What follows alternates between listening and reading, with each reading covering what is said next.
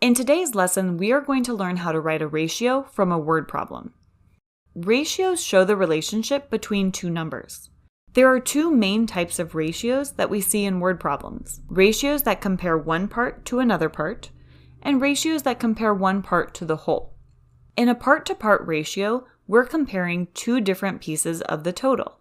For example, let's say 14 students say their favorite sport is basketball, and 8 students say their favorite sport is baseball. The ratio of basketball fans to baseball fans is 14 to 8. In a part-to-whole ratio, we're comparing one piece to the total.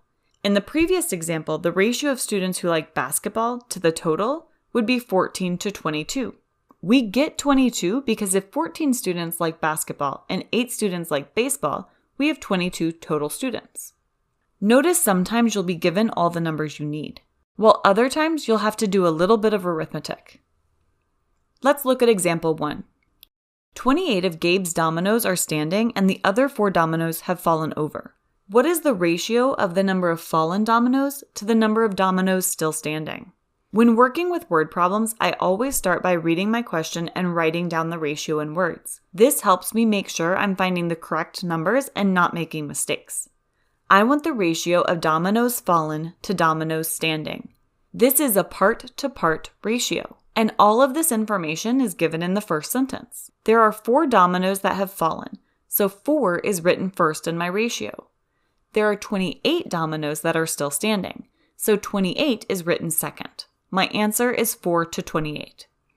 This problem illustrates why I always start by writing my ratio in words first. It's tempting to just write the ratio with the numbers in the order they're written in the word problem, but if you write the ratio in words, you won't make that mistake. Let's look at the next example.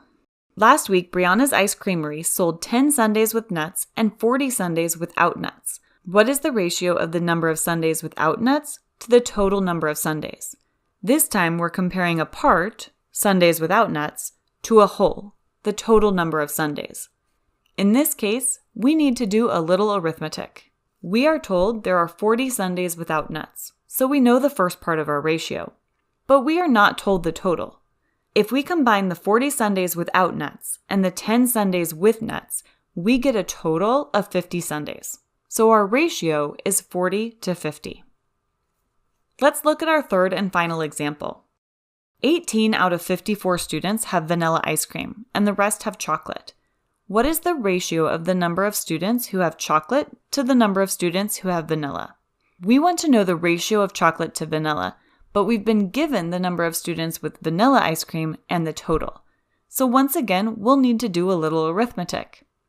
We know the second number in our ratio will be 18, since 18 students have vanilla ice cream. We know that the rest of the students have chocolate. So if there are 54 total students, we take the 18 vanillas away from the total to calculate the number of students who have chocolate. 54 minus 18 is 36, so 36 students have chocolate ice cream. Therefore, my ratio is 36 to 18. And there you have it. Remember to take your time and make sure you're reading carefully. You've got this.